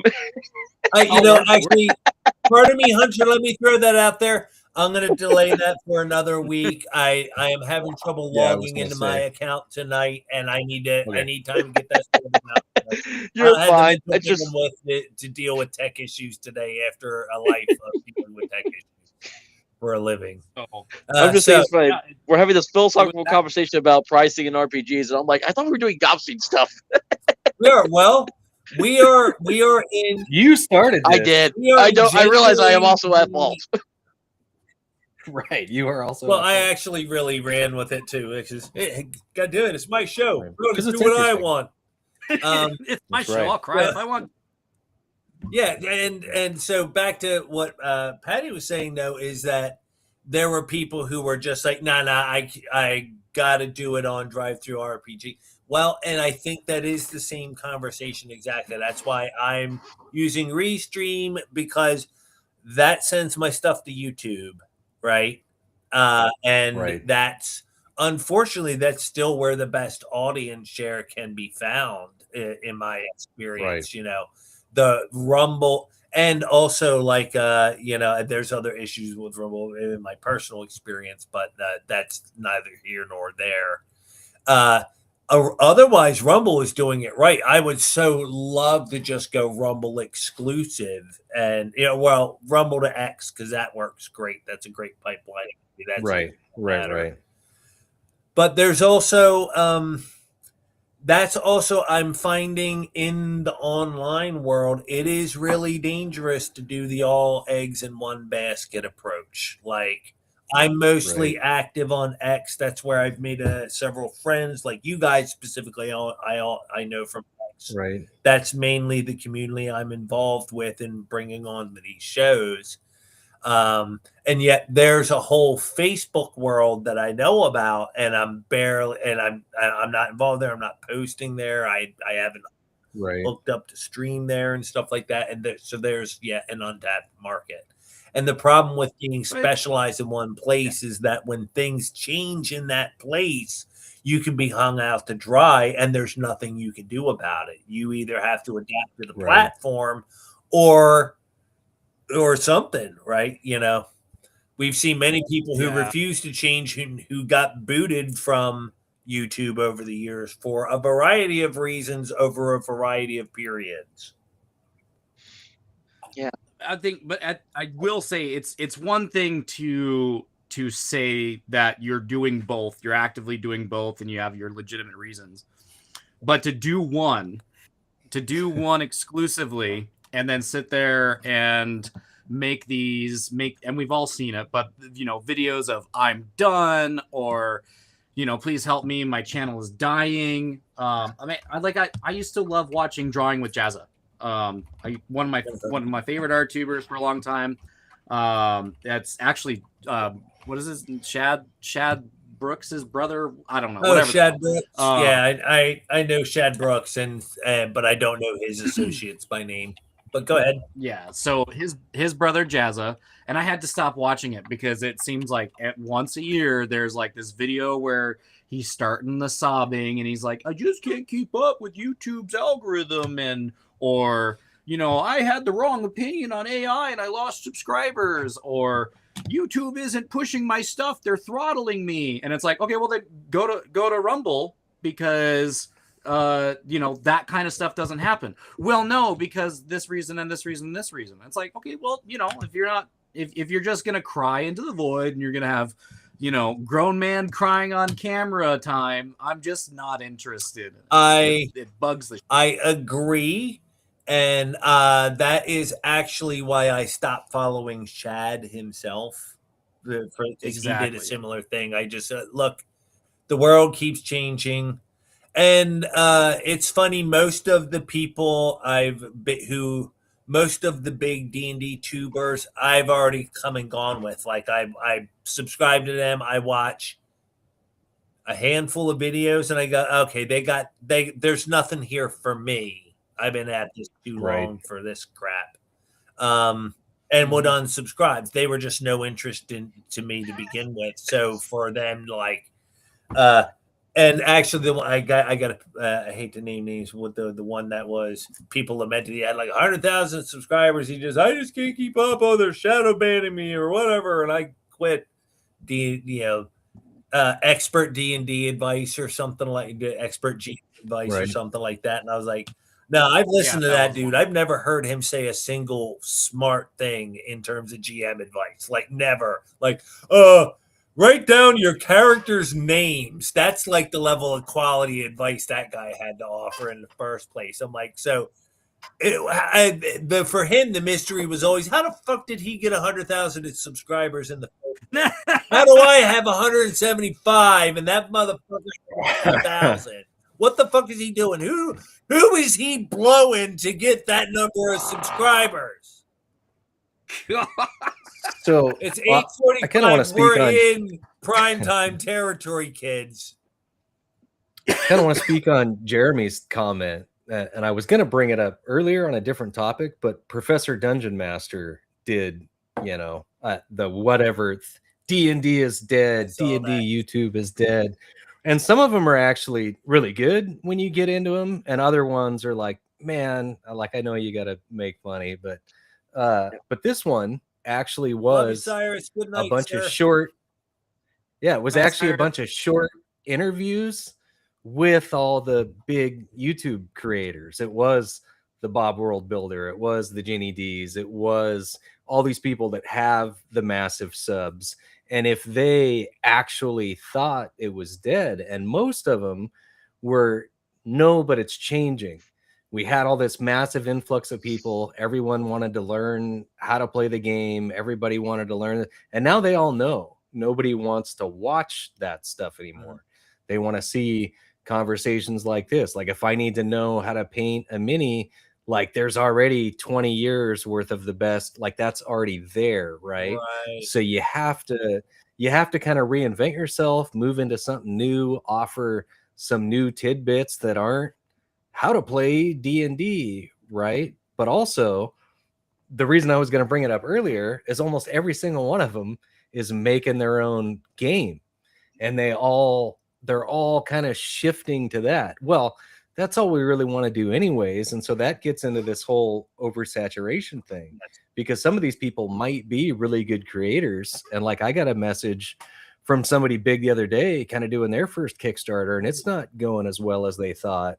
And we have a lot of friends with projects that are just finishing up or just going. And it's like, you want to support, but there's so much money going out. Yeah, and then you add in all the drive-through RPG AI slop, And it's like, sure, it's a big ocean. Here's the but also oversaturation thing, in my opinion, Right. right? That's here's the harsh truth of the indie thing. Everybody has their own RPG system is just like that. Everybody thinks they have a great novel in them. Right. 99%. Right. And when something truly, most people suck Right. at writing. Most people also Right. suck at game design. Right. And that's Right. the harsh truth. I've seen a lot of really not even low effort, but like no contributing, no advancing versions of the OSR. I've seen a ton of varieties of them. I even have my particular favorite. Mine is Castles and Crusades for a variety of reasons, right? Right. But we all have our favorite one. But like I've seen too many. There is no more room for that. The reason Shadow Dark is a success is she really did innovate with it. She took 5e and then cut it down to an OSR experience and went, Right. that's what makes it. And it has a very, very certain feel. He's not vibe blindly clinging to BX. Right. Nope, Moldvay got it right, and we don't need to go any further. But let me do my version of that with my own art, and the way I do dwarves is different, or whatever it is. It's like I have not seen a really good version of that. I will say that the Shadow Dark book is by no means affordable at $70, but it is very much still worth the money in the end because it opened a floodgate for me with Shadow Dark books. Well, and yeah, again, that's one of those things is that it's the physical books are going to be primary, and I do not mind paying for quality. I understand that I just can't afford that. I sympathize. That was once me as well, right? Right. There are solutions for people like that. Scudder for Mike can't get physical books because he lives in China. He prints it all up himself. And you would think that would be the one place he could go down to the local sweatshop and buy the books.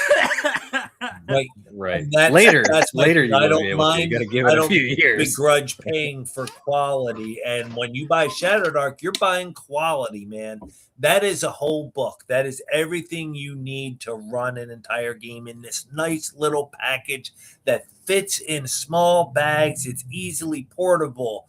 It's a lot less intimidating to someone who's never played a role-playing game before. And it's just aesthetically fucking cool, right? It just is. She nailed it. It's a design genius thing. The art and everything. That black and white, it's simple. You know, I did like Limithron Ship of the Dead podcast. He had two back to back where it was it's called the latest episodes are called State of the OSR, where he had like all like the popular OSR like designers. So you had Kelsey Dion with Shadow Dark. I believe it was Matt Finch for like Swords and Wizardry. I think Osric, the Osric 3.0 author, was there, and then the Cairn guys were also there as well. And they were all kind of discussing about everything, the hobby, and basically they also talked like OSR is making a comeback. Right. Well, I wish them the best of luck, and I hope they do. And again, I think in the same thing that gave birth to the OSR in the first place, which was kind of a rebellion, the 4th edition. I think people are rebelling against modern D&D in the same way. And I think it remains to be seen, though, exactly how much purchase RPGs have in the wider world in general.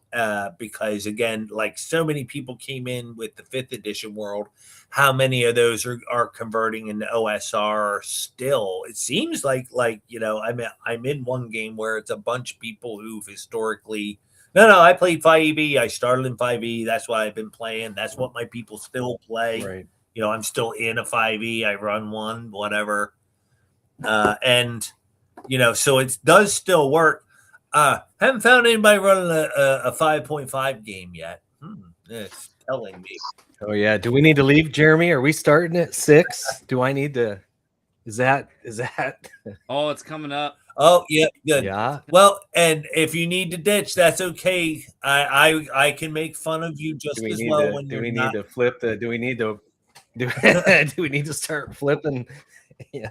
Good. Well, Actually, we got 8 minutes. We'll go ahead and wrap up. I think somebody needs some attention here, and we'll go back around again. My apologies. I didn't have my login and everything set up and ready to go for this stream for tonight. So next week we will re-engage on the Gobstein 2 stuff. We'll set up the fundraiser page, and then we'll walk through how to set up and become a team member. And by becoming a team member, meaning you're going to participate in the gaming event and defend a fortified structure against a horde of goblins. We'll start off in there.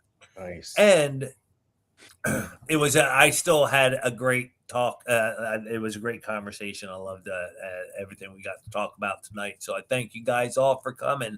So we're going to go around for some comments. We're going to start with Patty first and work our way around. Patty, thank you for coming tonight. You got any thoughts you want to close with for people in the world? Things that you think need to be preserved for posterity, future generations? The topic that we were talking about, I would love to just have a whole show dedicated to that and really drill down into those, and it might even be several shows because those are some pretty deep topics that will have some uncomfortable truths for a lot of people. Yes. But other than that, White Dwarf Summer is coming up. We're getting ready. White Dwarf Summer. I think thanks for that reminder. I'm not used to doing ads. I owe Sharky an ad play. Yes. Oh, yeah. So White Shark Quarterly, our first anniversary issue. That one should be releasing June 1st.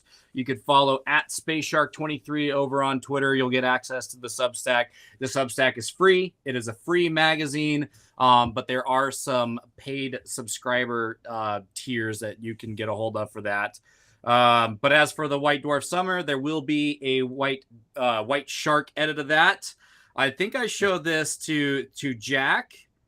So this is inadvertently part of the White Dwarf Summer line that's coming up for all you goblins / Godsmack lovers out there. There's a quick little edit of the shirt. This will also be available on the Patty store, so you guys can get a hold of that. And then this is the current print. I don't know what's going on with my Prism. My iPad feed is lagging through, but it'll pull up eventually. What'll come up on the screen is going to be the print for the White Dwarf Hawaiian limited edition shirt this year, and I hope you guys will check that out as well. But yeah, it's all stuff that's really important to me. This whole content creator sphere. You can't go to anybody's channel these days without subscribe to my Patreon for exclusive content and this and that. And I don't know. It makes much to ponder. So that's me in a nutshell. I may go straight to OnlyFans and put dick pics up there. We'll see. I'm just thinking about it. I probably won't. But I make no promises. So moving along. Thank you, Patty. I love having you here, brother. Shout out to the Pun King. Thanks for being here earlier. I wish we had gotten more puns, and he definitely had some great serious contributions. Hunter, my friend, thanks for being here as always. And what are the things that you think future generations need to know? I mean, the most important thing, PDFs are free depending on how you access them. So if you want to get into the hobby somehow, it's not too hard to do it. You do have the option to print your own stuff off if you want to, if you can't afford a book. It's like I like to think like a lot of stuff when I do say it, like of course I can come off very blunt and brass. I like to think I'm still coming from a heart, like my heart's coming from a good place. I know I am very much the black sheep of his hobby because I am not in this to make money or to get like some renowned fame. I'm not trying to be like the male Ginny D or anything. I just want to have fun and share my experience with others. That's all I want to do, and I want people to be able to have that same experience as well. So for what it's worth, I really think you would rock green or purple hair. But that is a completely different thing. So, but I think you're right, and I think the solution for you is to continue to extol the things that are low barrier to entry. Like you said, there are many game systems that are legit free, And actually, to also shout out to Crossface, he referenced that the SRD 5.2, just the straight 5 point, even the 5.5 system, it's pared down to a very kind of bare bones, essential, cool D&D game in and of itself. Because if you were to run a campaign with just their SRD, it'd actually be a very sword and sorcery kind of old school game. I mean, like hell, even freaking Critical Role made the SRD for Daggerheart absolutely free for people to download. It's not our not our cup of tea, but if people want to be able to play Daggerheart without paying like 60, 70 bucks for an entire box set, there you go. Yeah, I don't have it handy, but I bookmarked a page somebody shared recently where that was. I've collected many all the SRDs for different role-playing games I could find, and there was like 80 or 90 of them all listed on one page. So that was pretty awesome. And I agree. I think that is a beautiful thing about gaming, and particularly indie gaming, is it is the lowest barrier of entry of any hobby. If you've got an internet connection and a computer, man, you can start gaming because there are PDFs that are free, and then you can print them up yourself or just read them on the computer, and you can get into Discord or any of these places. There are friendly communities and people and games to get into.